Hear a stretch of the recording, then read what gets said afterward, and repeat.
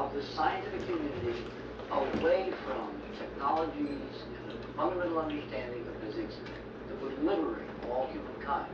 In other words, control.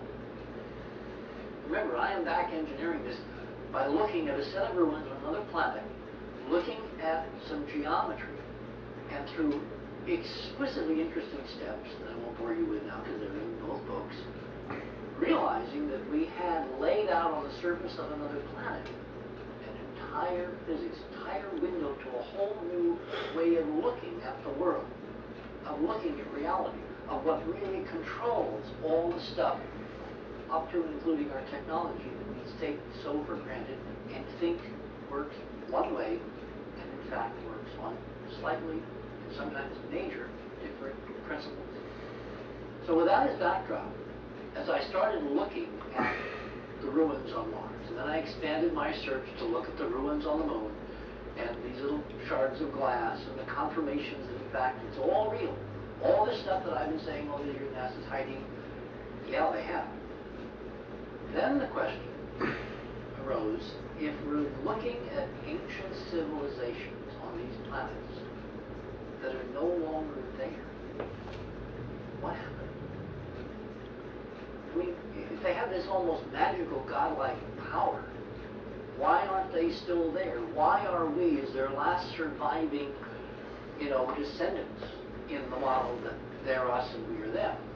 Why are we in such an awful condition, fighting with each other over a few drops of oil when the universe around us could provide limitless energy to build the staggering scale of stuff we find on right next door on the moon?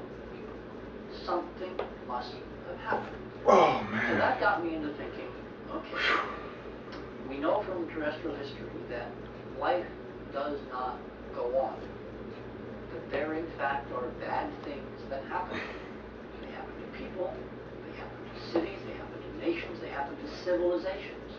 Things have an ebb and flow. There's Shakespeare, Seven Ages of Man, beginning, the middle, and the end, collapsing. So, if this stuff, no matter how amazing the guys were that did this, if this could come to an end, and it looked like it came to, in many cases, a catastrophic end. I mean, you look at the stuff on Mars, it's obvious that there was a huge planetary catastrophe that swept this away, that buried it under miles of muds and sediments, and has been eroding, and we're seeing the traces of buildings peeking out from underneath. Even the Russians talk in some of their literature about buried cities under the sands of Mars in their mainstream scientific literature. So you look at all this, and I said to myself, okay, good enough. Oh, man, it feels so good. I tell you what, you should try it. Oh, everything we see around us, oh, balls. New York, skyscrapers, the extraordinary technology that went into Apollo, all of the stuff we take for granted, that we're on this